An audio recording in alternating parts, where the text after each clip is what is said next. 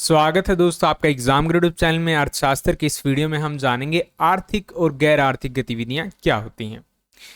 जो आर्थिक गतिविधि हैं इनको हम इकोनॉमिक एक्टिविटीज बोलते हैं। इसका मतलब ये होता है कि ऐसा कोई भी काम जिसका मुख्य उद्देश्य आय अर्जित करना होता है यानी पैसा कमाना होता है, वो आती है इकोनॉमिक एक्टिविटीज़ के अंदर।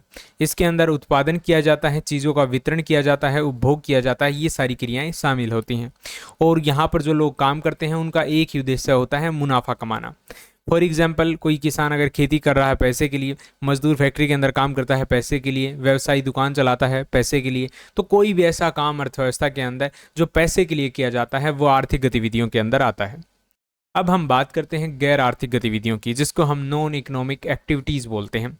इसके अंदर क्या आता है? कोई भी ऐसा काम जिसका मुख्य उद्देश्य आय अर्जित करना नहीं होता है, यानी कि जहां पर पैसा नहीं लिया जाता है किसी काम के बदले, तो वो नॉन इकोनॉमिक एक्टिविटीज के अंदर आता है।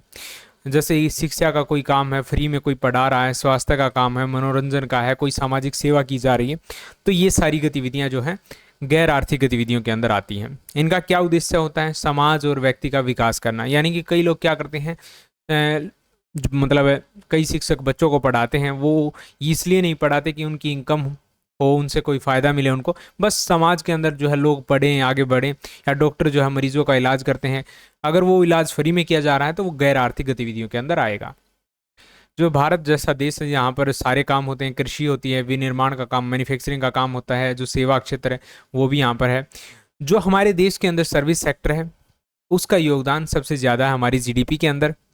गैर आर्थिक गतिविधियों में शिक्षा स्वास्थ्य पर सरकार के द्वारा विशेष रूप से ध्यान दिया जाता है, क्योंकि अगर देखिए आपने देखा होगा जो बच्चे होते हैं उनके लिए शिक्षा का जो काम होता है वो सरकार के द्वारा किया जाता है। जो लोग अफोर्ड नहीं कर सकते, प्राइवेट स्कूल के अंदर नहीं जा सकते, उनके लिए सरकारी स्कूल खोले जाते हैं। ठीक है, यहाँ पर सरकार कोई पैसा नहीं कमाती है बल्कि लोगों की भलाई के लिए काम करती है। इसके अलावा जो सरकारी अस्पताल होते हैं या बाकी अलग अलग प्रकार की जो स्कीमें निकाली जाती हैं, भारत में कई गैर सरकारी जो एनजीओ होते हैं जिसको गैर आर्थिक गतिविधियों में शामिल होते हैं, जैसे कि सामाजिक सेवा और पर्यावरण संरक्षण। क्योंकि जो एनजीओ काम करता है वो भी फ्री में ही करता है, ठीक है, उसका मतलब यहाँ पर फ़ायदा कमाना जो मकसद होता नहीं है।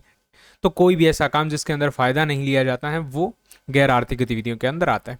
यही था दोस्तों इस वीडियो में। वीडियो पसंद से लाइक करें, शेयर करें, चैनल को सब्सक्राइब जरूर करें। Thanks for watching.